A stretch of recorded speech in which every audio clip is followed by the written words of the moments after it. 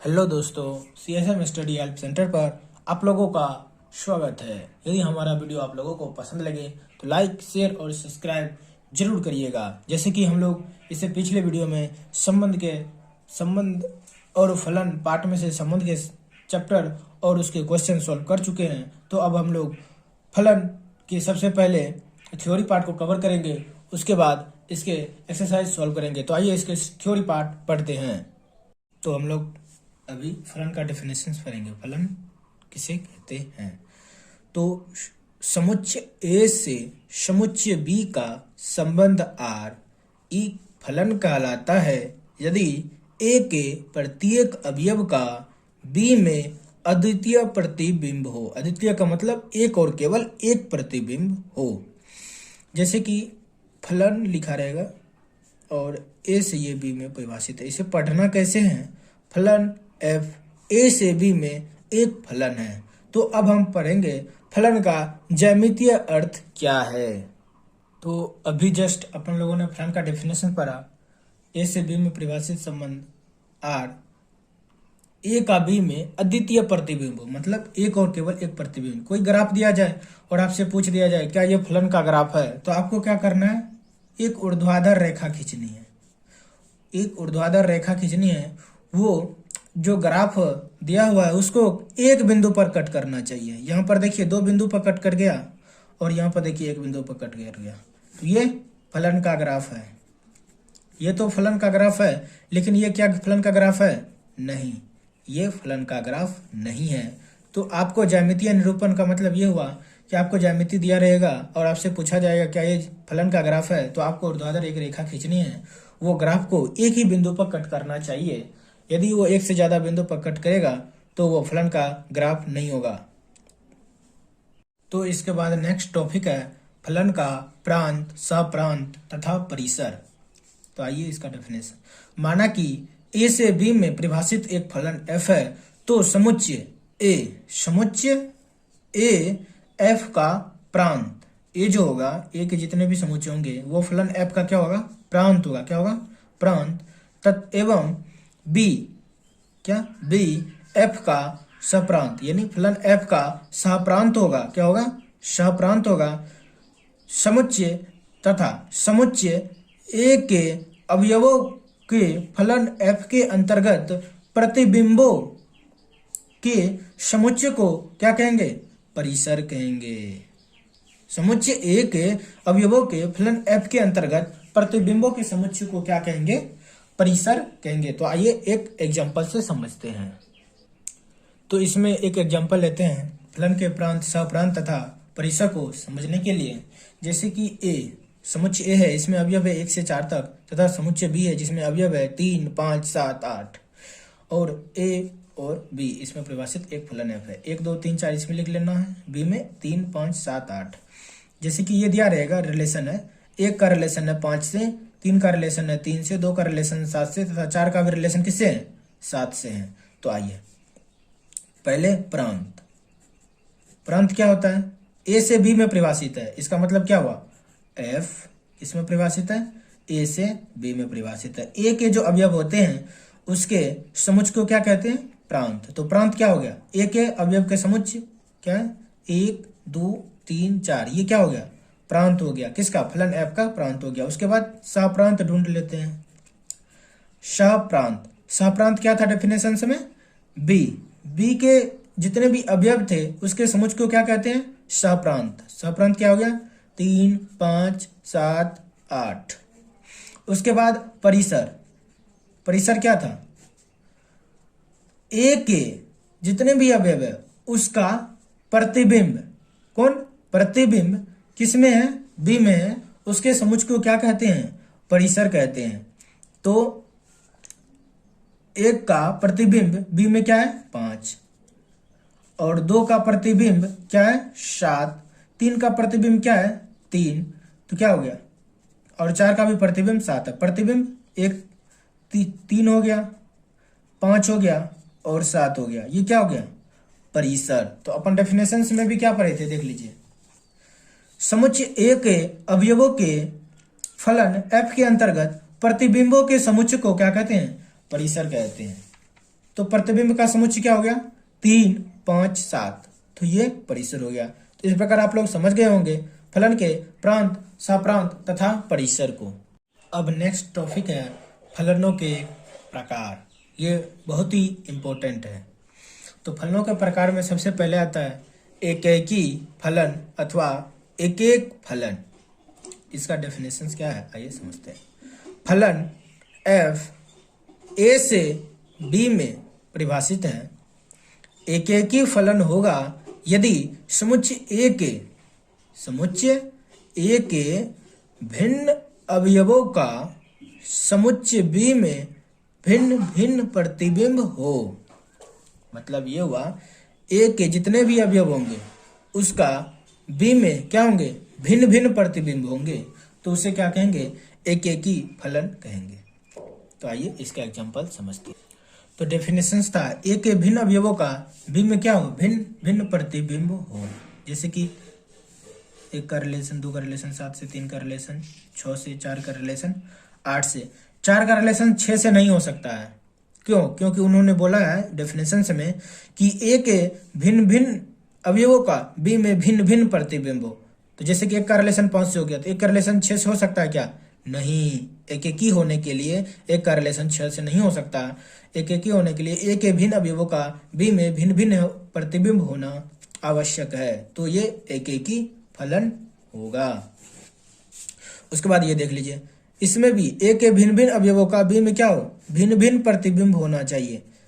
ठीक, a के भिन्न भिन्न अवयवों का b में भिन्न भिन्न प्रतिबिंब होना चाहिए, तो ये भी क्या हो जाएगा, एकेकी फलन हो जाएगा। तो एक एग्जांपल लेते हैं जो कि एकेकी फलन नहीं होगा। तो उसमें क्या करेंगे, जैसे कि ये फलन परिभाषित है a से b में 1, 2, 3, 4, 5, 6, 7 ले लीजिए। 1 का रिलेशन 4 से, 2 का रिलेशन 4 से, 3 का रिलेशन 6 से। देखिए इन्होंने क्या बोला एग्जांपल में, मतलब डेफिनेशंस में, a के भिन्न भिन्न अवयवों का b में भिन्न भिन्न प्रतिबिंब हो। लेकिन इन्होंने क्या किया, 1 का रिलेशन 4 से दे दिया, 2 का रिलेशन भी 4 से दे दिया, तो 1 और 2 का प्रतिबिंब b में क्या हो गया, सेम हो गया। b में क्या हो गया, सेम हो गया। तो क्या ये एकेकी हुआ? नहीं, ये एकेकी फलन नहीं है। क्या लिखना है, एकेकी नहीं है। एकेकी फलन में मैक्सिमम क्वेश्चन सॉल्व करने के लिए जिस डेफिनेशन का यूज करेंगे वो है, एक फलन f x से y में परिभाषित है। एकेकी अथवा एक एक फलन होगा यदि f ऑफ x1 बराबर f ऑफ x2। ये कंडीशन अपन क्या करेंगे, सेटिस्फाई कराएंगे, और वो क्या होना चाहिए, x1 बराबर x2 आना चाहिए रिजल्ट के तौर पर। और जितने भी x1 और x2 है वो किसका अवयव होगा, x का अवयव होगा। ये डेफिनेशंस एकेकी फलन को सॉल्व करने के, एकेकी फलन के प्रॉब्लम को सॉल्व करने के लिए सबसे ज्यादा यूज करेंगे अपन लोग। एकेकी के बाद नेक्स्ट है बहु एकेकी अथवा बहु एक फलन। इसका डेफिनेशन क्या है, फलन f a से b में एक बहु एकेकी फलन होगा यदि समुच्चय a के एक से अधिक अवयवों का समुच्चय b में एक ही प्रतिबिंब हो।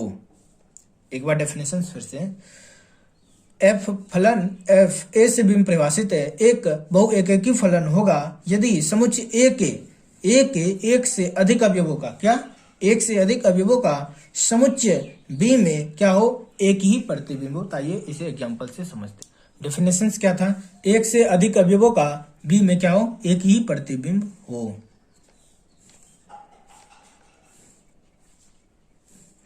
तो देख लीजिए, एक से अधिक अवयवों का b में क्या है, एक ही प्रतिबिंब है, तो ये क्या हुआ, बहु एकेकी फलन हुआ। बहु एकेकी बोल लीजिए या तो बहु एक फलन बोल लीजिए, दोनों क्या है, सेम ही है।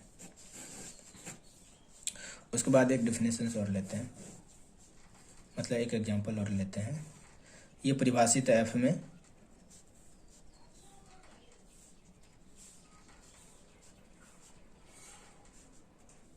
इसमें भी क्या, एक से अधिक अवयवों का b में क्या हो, एक ही प्रतिबिंब हो। इसमें भी देख लीजिए, यह भी क्या हुआ, बहु एकेकी फलन का एग्जाम्पल हुआ। क्यों? क्योंकि इसमें भी एक से अधिक अवयवों का b में क्या है, एक ही प्रतिबिंब है। ये भी किसका एग्जाम्पल हो गया, बहु एकेकी फलन का एग्जाम्पल हो गया। तो होप आप लोग समझ गए होंगे। तो हम लोग कुछ नोट पढ़ेंगे। नोट में पहला पॉइंट क्या है, सभी रेखीय फलन एकेकी होते हैं। दूसरा है सभी त्रिकोणमितीय फलन अपने प्रांत में बहु एकेकी फलन होते हैं। सभी त्रिकोणमितीय फलन अपने प्रांत में क्या होते हैं, बहु एकेकी फलन होते हैं। प्रत्येक समफलन सदैव बहु एकेकी होते हैं। सभी समघातीय बहुपद क्या होते हैं, एकेकी होते हैं। ये क्या है, कुछ 4 पॉइंट नोट्स है, इसे आप याद रख सकते हैं। तो आइए हम समझते हैं समफलन, विषम फलन और समघातीय फलन किसे कहते हैं। तो अब हम लोग पढ़ेंगे समफलन। कोई भी फलन दिया रहेगा, जैसे कि f ऑफ x दिया है, इसको क्या करना है, x को आपको -x से रिप्लेस कर देना है। तो f ऑफ -x आएगा, ये दोनों क्या होना चाहिए, सेम होना चाहिए, अर्थात f ऑफ -x इसके बराबर होना चाहिए, f ऑफ x के बराबर होना चाहिए। यदि ये कंडीशन सेटिस्फाई हुआ तो क्या बोलेंगे, वो समफलन है। तो आइए एक एग्जांपल लेते हैं। f ऑफ x बराबर, जैसे मान लीजिए कि x², तो आपको क्या करना है, x को -x से रिप्लेस कर देना है, यानी प्रतिस्थापित कर देना है, x की जगह -x। तो ये क्या हो गया, -x गुना -x, तो ये माइनस माइनस प्लस हो गया, x गुना x² ये किसके बराबर आ गया, f ऑफ x के बराबर। क्यों, f ऑफ x किया था, x² था, x² आ गया, ये f ऑफ x के बराबर हो गया।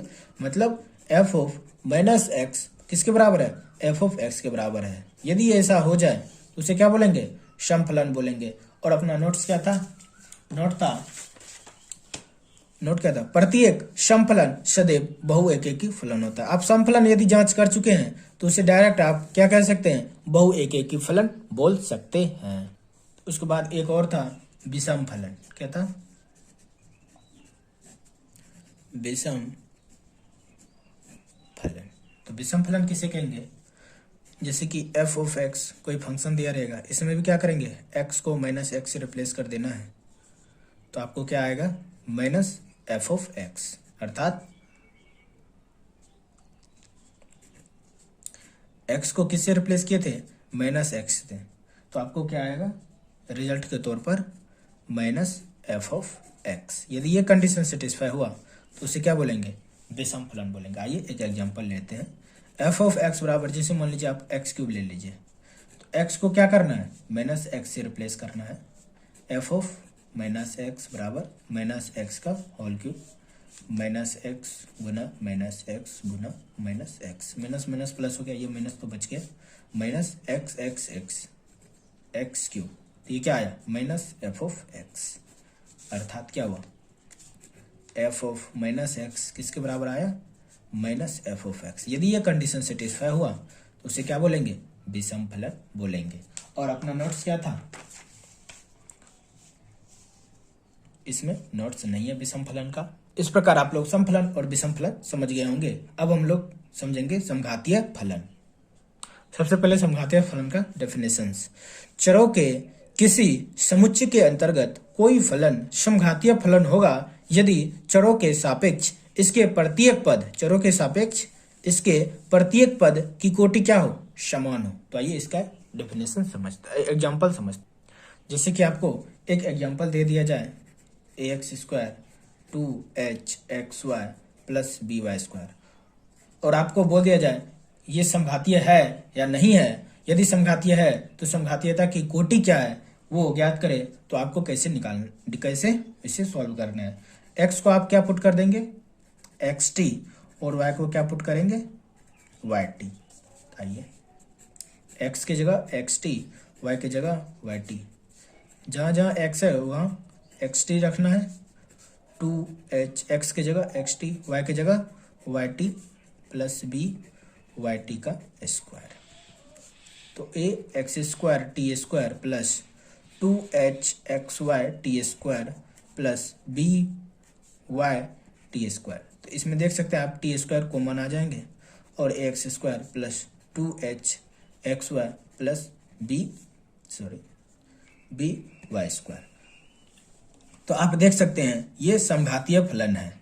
क्यों समघातीय फलन, इसका डेफिनेशन क्या था, यदि चरों के सापेक्ष इसके प्रत्येक पद की कोटि क्या हो, समान हो। तो चरों के सापेक्ष प्रत्येक पद की कोटि क्या है? 2 है। तो समघातीयता की कोटि क्या हो गया?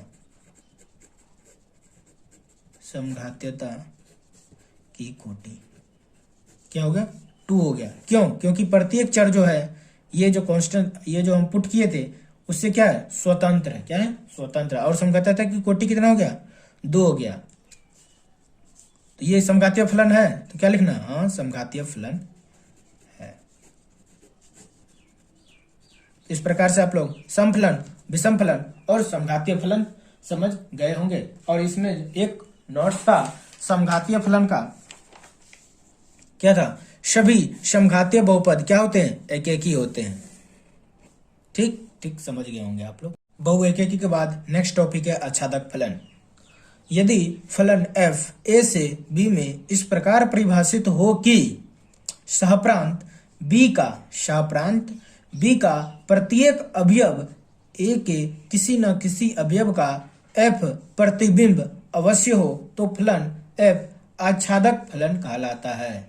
अर्थात आच्छादक होने के लिए सहप्रांत b का प्रत्येक अवयव a के किसी न किसी अवयव का f प्रतिबिंब अवश्य हो, तो वह आच्छादक फलन होगा। आइए इसे एग्जाम्पल से समझते हैं। तो a से b में परिभाषित एक फलन f है। a में 1 से 4 तक अवयव है और b में 5, 6, 7, 8 अवयव है। तो आच्छादक होने के लिए इसमें डेफिनेशंस क्या था? सहप्रांत b के प्रत्येक अवयव a के किसी न किसी अवयव का f प्रतिबिंब अवश्य हो। तो यहाँ देखिए b का प्रत्येक अवयव a के किसी न किसी अवयव का प्रतिबिंब है, तो हाँ है। क्या ये आच्छादक हुआ? हाँ, आच्छादक हुआ। उसके बाद एकेकी का डेफिनेशन क्या था? a के प्रत्येक अवयव का b में क्या हो? भिन्न भिन्न प्रतिबिंब हो। a का 5 से, 2 का 6 से, 3 का 7 से, 4 का 8 से। तो a के प्रत्येक अवयव का b में भिन्न भिन्न प्रतिबिंब है, तो क्या इसे एकेकी कह सकते हैं? तो हाँ, इसे एकेकी भी कह सकते हैं। तो दोनों मिला के क्या, ये फलन कैसा हो गया? एकेकी आच्छादक फलन हो गया। और इससे आगे पढ़ेंगे एकेकी आच्छादक फलन का ही क्या होता है? प्रतिलोम फलन संभव होता है। प्रतिलोम फलन संभव होता है। किसका प्रतिलोम संभव होता है? एकेकी आच्छादक फलन का ही प्रतिलोम परिभाषित होता है। तो आइए एक एग्जांपल और लेते हैं। a से b में परिभाषित एक फलन है। a में 1 से 5 तक 1, 2, 3, 5 अवयव है और b में 5, 6, 9 अवयव। सबसे पहले हम क्या जांच करेंगे? आच्छादक होने के लिए क्या होना चाहिए? सहप्रांत b के प्रत्येक अवयव का प्रांत a के किसी न किसी अवयव का f प्रतिबिंब अवश्य होना चाहिए। इसमें एक भी अवयव छूटा नहीं है, मतलब एक ही अवयव ऐसा नहीं है जिसका a में प्रतिबिंब ना हो। तो आच्छादक तो हो गया। हाँ, आच्छादक हो गया। अब एकेकी तो होगा नहीं। क्यों? क्योंकि प्रांत a के प्रत्येक अवयव का b में भिन्न भिन्न प्रतिबिंब होना चाहिए एकेकी होने के लिए। इसमें देखिए 1 और 2 का b में क्या है? प्रतिबिंब सेम है, तो एकेकी नहीं होगा। बहु एकेकी का क्या एग्जाम्पल था? a के किसी न कम से कम एक अवयव का b में क्या हो? समान प्रतिबिंब हो। a के कम से कम एक अवयव का b में क्या हो? सेम प्रतिबिंब हो। तो देखिए 1 का क्या है? 5 है और 2 का भी 5 है। तो क्या इसे बहु एकेकी कह सकते हैं? हाँ, इसे बहु एकेकी कह सकते हैं। तो ये फलन किस प्रकार का हो गया? बहु एकेकी आच्छादक फलन हो गया। क्या बहु एकेकी आच्छादक फलन का प्रतिलोम परिभाषित होगा? नहीं, इसका प्रतिलोम परिभाषित नहीं होगा। इसका प्रतिलोम परिभाषित नहीं होगा।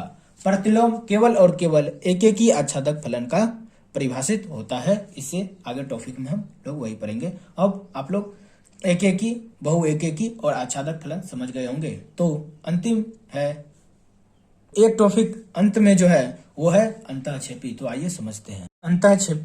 अंतःक्षेपी की बात करें तो ऐसे एनसीईआरटी में तो है नहीं, लेकिन ये फलन के प्रकार में से है। तो आइए इसे भी पढ़ लेते हैं।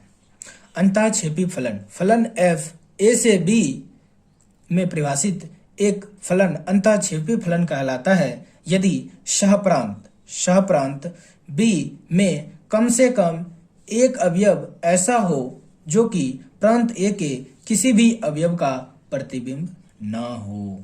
अंतःक्षेपी किसे कहेंगे?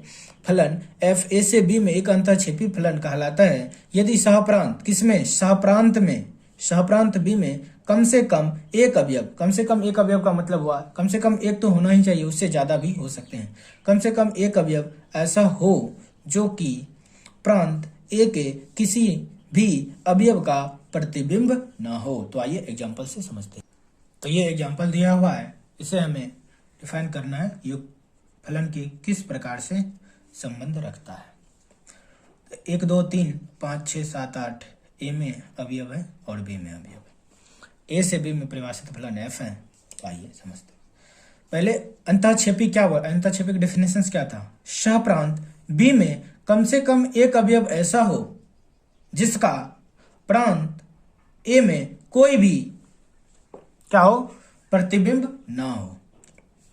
तो एक अवयव तो है, तो क्या इसे आच्छादक बोल सकते हैं? नहीं, सॉरी, अंतःक्षेपी बोल सकते हैं? बोलेंगे हाँ, अंतःक्षेपी बोल सकते हैं क्योंकि ये अंतःक्षेपी के डेफिनेशंस को फॉलो करता है। और क्या इसे एकेकी भी बोल सकते हैं? एकेकी का डेफिनेशन क्या था? प्रांत ए के प्रत्येक अवयव का सहप्रांत बी में क्या हो? भिन्न भिन्न प्रतिबिंब हो, मतलब अलग अलग प्रतिबिंब हो। ए का 5 है, 2 का 6 है, 3 का 7 है। तो क्या इसे एकेकी बोल सकते हैं? हाँ, इसे एकेकी बोल सकते हैं। तो ये किस प्रकार के फलन हो गया? एकेकी अंतःक्षेपी फलन हो गया। उसी प्रकार एक और एग्जांपल है। पहले अंतःक्षेपी के डेफिनेशन क्या था? बी में कम से कम, सहप्रांत बी में कम से कम एक अवयव ऐसा हो जिसका ए में कोई भी प्रतिबिंब ना हो। तो किसमें? यहाँ दो ऐसा है जिसका ए में कोई भी प्रतिबिंब नहीं है, 9 और 10। क्या ये अंतःक्षेपी हुआ? हाँ, ये अंतःक्षेपी हुआ। और ये एकेकी तो हो नहीं सकता क्योंकि ए के प्रत्येक अवयव का बी में भिन्न भिन्न प्रतिबिंब होना चाहिए। लेकिन यहाँ देखिए 2 और 3 का प्रतिबिंब क्या है? बी में सेम है। कौन? 6। इसलिए ये एकेकी नहीं हो सकता। बहु एकेकी डेफिनेशन क्या था? ए के एक से अधिक अवयवों का बी में क्या हो? सेम प्रतिबिंब हो। तो यहाँ 2 अवयव का बी में क्या है? सेम प्रतिबिंब है। तो क्या इसे बहु एकेकी बोल सकते हैं? हाँ, इसे बहु एकेकी बोल सकते हैं। तो ये कैसा फलन हो गया? बहु एकेकी अंतःक्षेपी फलन हो गया। आप लोग को समझ आया होगा। इसका नोट पढ़ेंगे। अब 2 नोट है, आइए पढ़ते।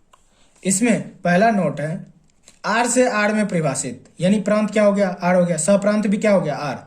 आर से आर में परिभाषित फलन एफ समघातीय बहुपद सदैव अंतःक्षेपी होते हैं। मतलब आर से आर में परिभाषित समघातीय बहुपद, वो बहुपद कैसा होना चाहिए?